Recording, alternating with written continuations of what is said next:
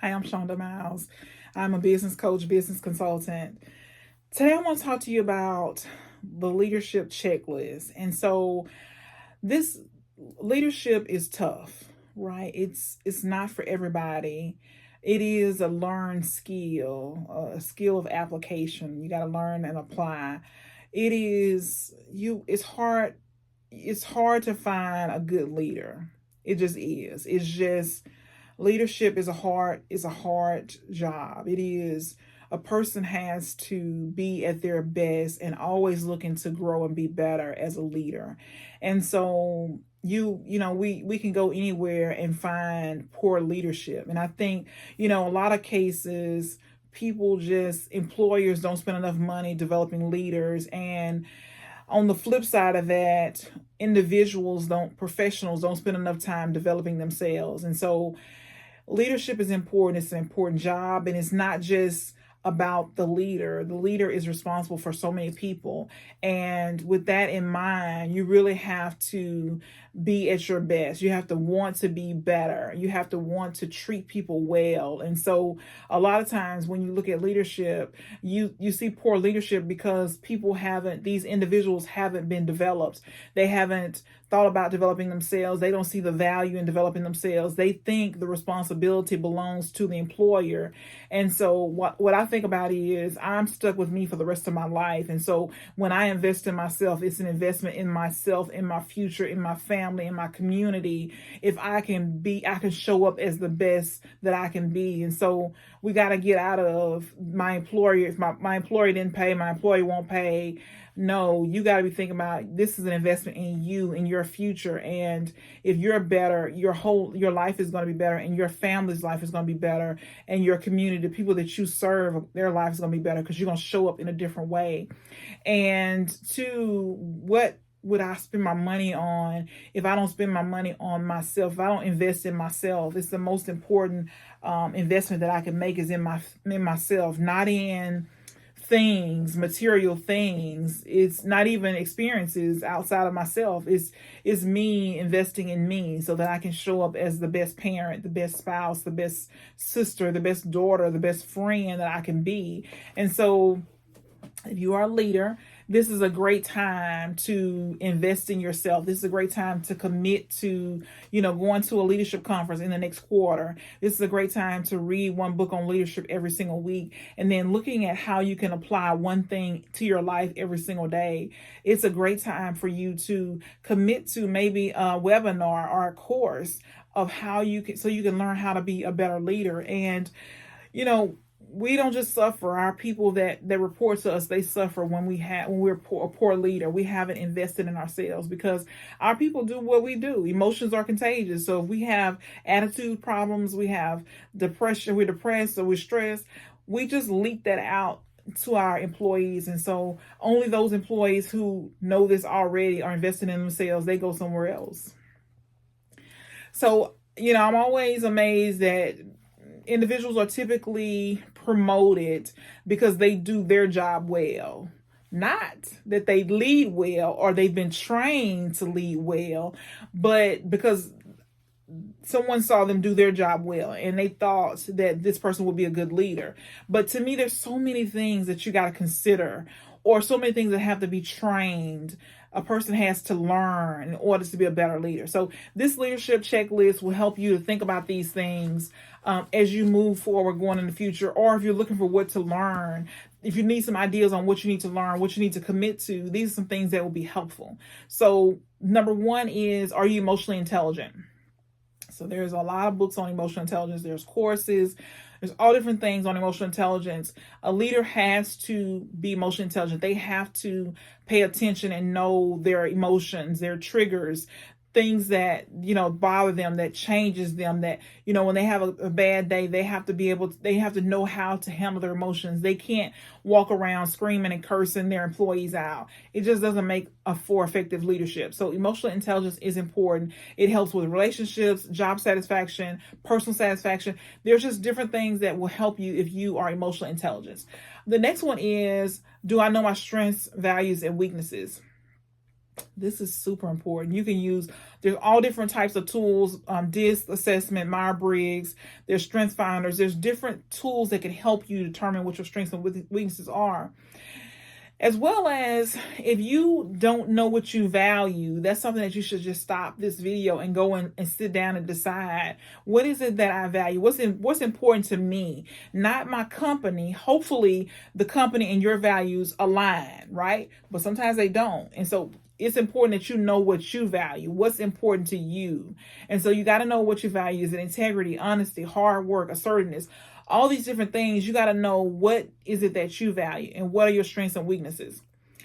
The next one is, number 3 is, am I honest? Do I always do the right thing? And so I don't have to tell you that leaders can be dishonest. And so when you value honesty, integrity, character, then you're always looking at being honest. You're always looking at telling the truth. You're always looking at doing the right thing. And so sometimes, when honesty is not a value, you can see where you can bend the truth, or you can see where you don't always do the right thing because you value money over, being honest. You value money over integrity. So you got to be thinking about, am I honest? This is important that a leader is honest. And so when we see companies downfall, or we see a leader downfall, we often see it because they've done something that is wrong. They haven't been honest about a situation.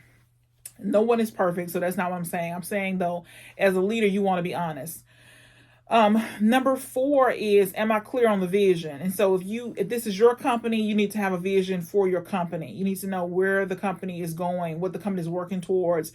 You need your people to buy into that vision. If you work for a company, then you need to know what their vision is. Are you clear on what the company is doing, what they're trying to do, what their purpose is, what their vision is for the future, what's their mission? You gotta know that for yourself. You gotta know it, like, if somebody asks you in the middle of the night what the vision is for the company, you gotta know what that is.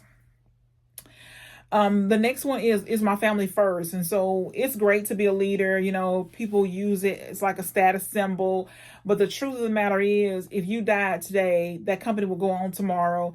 They might have a small service. They may not even acknowledge you. They might send an email out saying that you passed away, but the company's going to go on without you. Or if you have a terminal illness and you're off work, or you have to resign, you're off work for 2 years, and you want your family to be there. And so if you don't put your family first, they won't be there. They will be there, but they'll be resentful.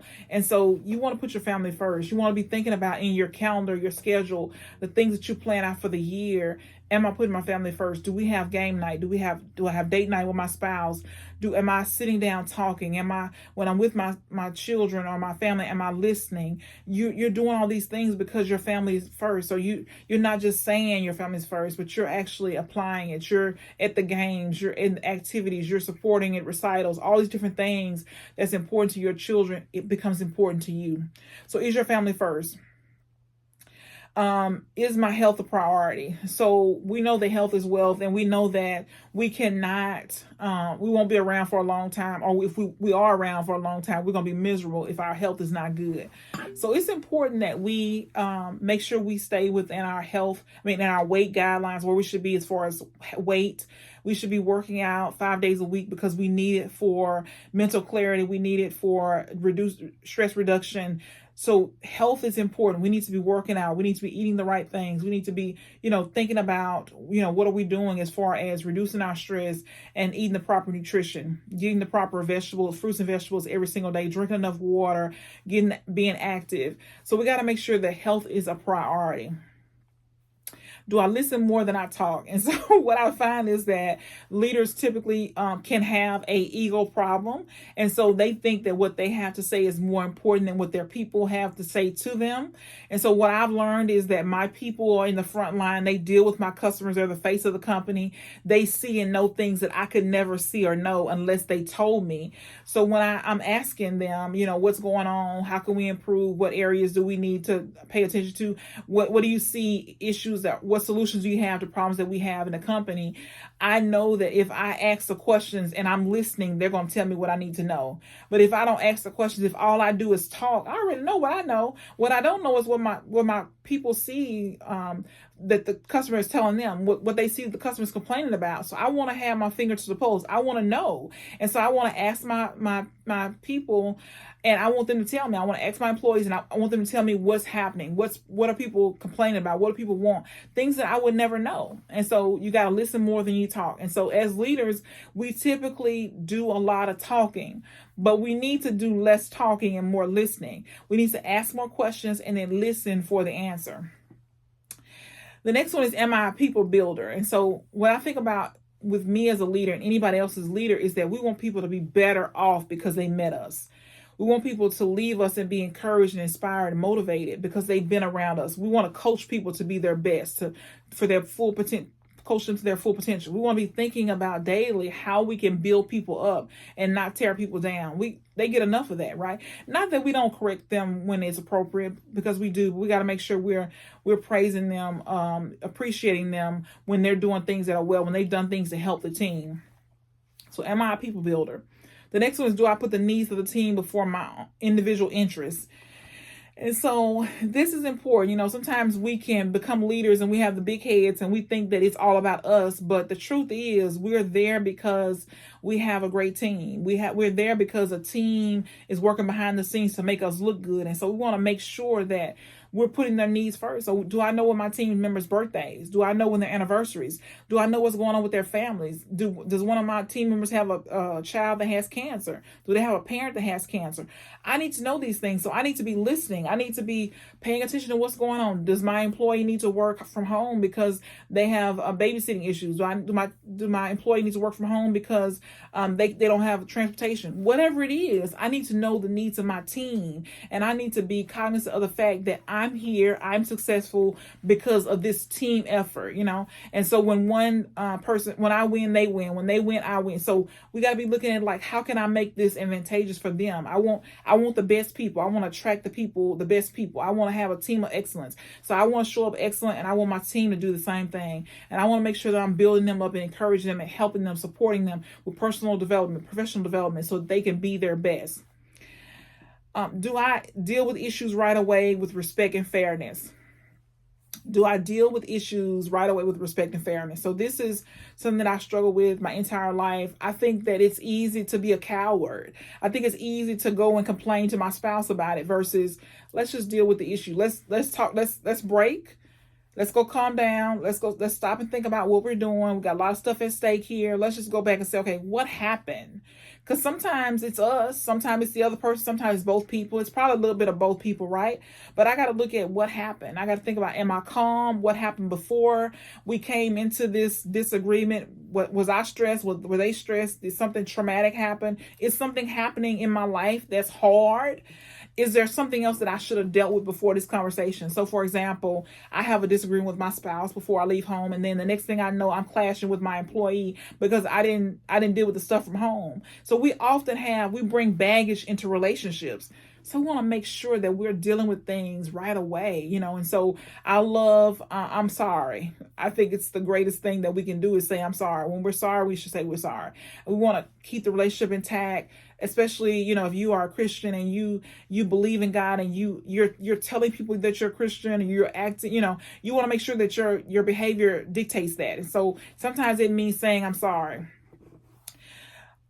Dealing with issues is very important. We got to make sure that we're, sometimes it's just being able to agree to disagree, but it's important that both people are able to say what it is that they feel, what they thought, what happened, where the disagreement happened, because sometimes it's an assumption, right? One person made an assumption and it was wrong. And so we do it because we're human, right? But we got to be able to deal with things. And more importantly, we got to be able to talk it out instead of walking away telling 3 or 4 coworkers this is what happened, when if you had just dealt with it right away, you had just talked to your supervisor or whatever it is, whoever it is, you had talked to them right away, the issue could have been resolved instead of bringing in 5 other people now who have an adverse opinion about you because they don't even have all the facts, right? It was just a misunderstanding. Am I open to other people's ideas? And so We got to make sure that we're so what I know is that one person can have a great idea, but when you get people together, they can make that idea better. And so we need to listen to other people. They have these diverse opinions, diverse ideas, things that could just make it better. Things that, so we got to be looking at how can we make this better? How can we make this one idea better? Or how can we build an even better idea from this initial idea? Do I get results? So we expect leaders to get results every single time. No excuses. We expect them to be making things happen. And so we got to be looking every single day is, what are we doing? What are we doing? Are we accomplishing the things that we need to accomplish? Are we doing what we're supposed to be doing every single day? Or are we spending our time listening to people who are asking us, can I talk to you about this? Can you help me with this? Do you got a minute? No, we got to make sure we're getting results, and we got to teach our people how to get results. We got to teach our people how to solve their own problems instead of always jumping in, solving their problems, always jumping in to save them. No, they'll never learn how to solve problems. So we got to teach our people how to solve problems. Am I growing? So every day we should be working on growing. How can I get a little bit better? How can I just tweak this one thing? How can I could try this one thing. I read this today. How can I apply this?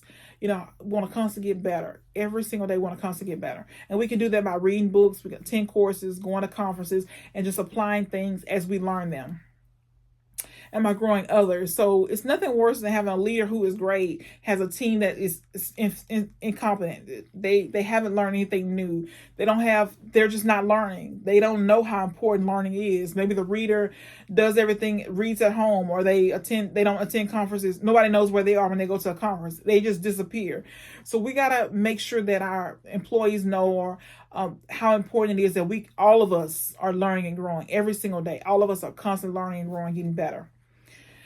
Can others be honest with us without retaliation? So we have to be open to hearing people say, I messed up, I made a mistake, I failed at this, I tried, it didn't work, I said the wrong thing. We got to let people be honest with us, because if not, they just hide it. If we don't make it where people can tell us the truth about a mistake that they made or a failure without retaliation, people are going to hide it, and then they'll leave and we don't know what happened. They'll destroy relationships. They'll destroy things and we don't know anything about it. So we got to make it easy for people to tell us the truth without about a mistake or a failure or whatever it is, without retaliation. And remember that we're there too, right? We're there making mistakes. We're there having failures, and we want to celebrate that somebody actually tried. They actually stepped out and tried something different. They took a risk knowing that it was hard and scary. They took a risk and it didn't work out. And so what I want to know is, what did you learn? I want to know, what did you learn? What would you do different? What would you do next? And so instead of retaliating, that doesn't make any sense. Can I handle conflict? And so it is important as leaders that we are able to deal with conflict, with whether it's us and someone or if it's our team member and somebody. We got to know how to handle conflict. What is the process that you go through when you're trying to deal with conflict? What's the process? So you have a step-by-step process that you go through of how you deal with conflict. Everybody does it differently, but I believe in handling it within 48 hours. I believe it's important to walk away from it. You say, okay, we both need to calm down. We both need to think about this, and let's just talk about this in the morning. Let's just talk about this tomorrow. And then it gives both of y'all time to go and think about what has happened, what needs to happen, what's the expectation of happening, what actually happened, and then how can it be resolved. So you got to have time to go and deal with it on your own first, because a lot of times we got to calm down. We got to think it through. And so we just got to make sure that we have this process in place that we're, for us to be able to deal with conflict every single day on a regular basis, because it's going to happen. When you deal with humans, you're going to have conflict. There's no way to avoid it. Do I have time to reflect daily? Do I have time to on my schedule to think about daily things that are happening? And so I think it's important. So what I do every evening is I spend time reflecting, maybe 15 minutes, and I'm just writing in my journal lessons that I've learned, things that have happened during the day. I'm looking at, okay, what was a win? And then what do I need to change? What do I need to improve? What didn't go so well? And I'm just writing it down, and I'm just looking at, okay, what could I have? How can I change? How can I improve? How can I get better? And that's what I'm doing every single day, because I want to show up at the very best. Not perfect, but the best that I can be. And so you got to spend time reflecting every single day. And every week I'm looking at, okay, what happened during the week? Are the things that I'm doing taking me closer to my goal or further away from my goal? Where did I waste time this week? What do I need to do better next week? And so reflecting is super important, because without it, we have a lot of failures. We make a lot of mistakes. We have nothing to show for it, right? We didn't really learn the lesson. We can't teach anybody else the lesson. We can't keep anybody else from learning this lesson. So we got to make sure we're taking time every single day to reflect, and every week reflecting. And we're just looking at how we can be better. We're just looking at what happened, what changes do we need to make? How can we improve? And we're doing this every single day. And then the last one is, are you good at asking questions? Do you ask a lot of questions? Are you curious? And so as a leader, we got to spend less time talking, more time listening. We got to ask the right questions so we can get the answers that we need to know how to move forward. Asking questions is easy, right? We're just being curious. We just want to know, what do you think? What would you do differently? How would you solve it? You're asking people, and then people are forced to level up. You raise the bar, you raise the standard. You're not thinking for your employee. You're making them think for themselves. They got to go back and say, okay, wait, how would I solve this? What do I need to do different? How can I improve this? How can I change? What's really happening? What's the root of this problem? And so when you start asking questions, you force your people to level up. You force them to be able to solve their own problems. You force them to think things through before they come to you. And so it's important as a leader that we set our employees up for success. So this is a leadership checklist. So things that you can go and think about, things you can go and apply, things that you can, over the next year, maybe you just work on one thing a week. But these are some things that you really need to work on if you want to be the best leader that you can be.